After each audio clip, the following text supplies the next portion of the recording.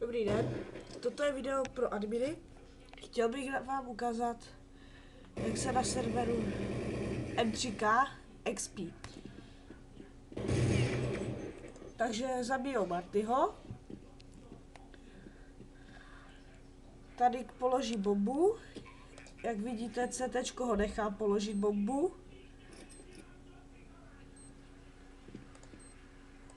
On nechá vlastně defusnout a potom ho zastřelí.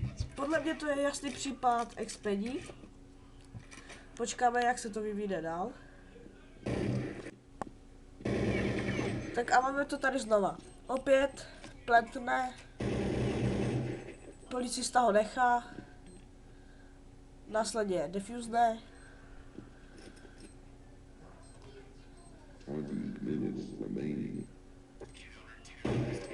A zabije. Jména expertů jsou Vedy a Love Pino něco, já omlouvám se, nemůžu to přečíst.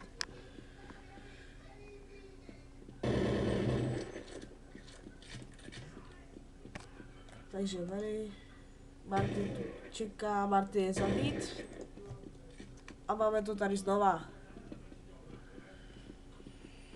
Zatímco policista tady vlastně, jak to říct, prostě tady terorista pokládá, policista ho nechá. Já jsem, bratránek, za tohleto dostal ban, takže nevím, no, nechám to na adminech, tímto chci poukázat na fórum, že experti jsou vážně všude a vždycky.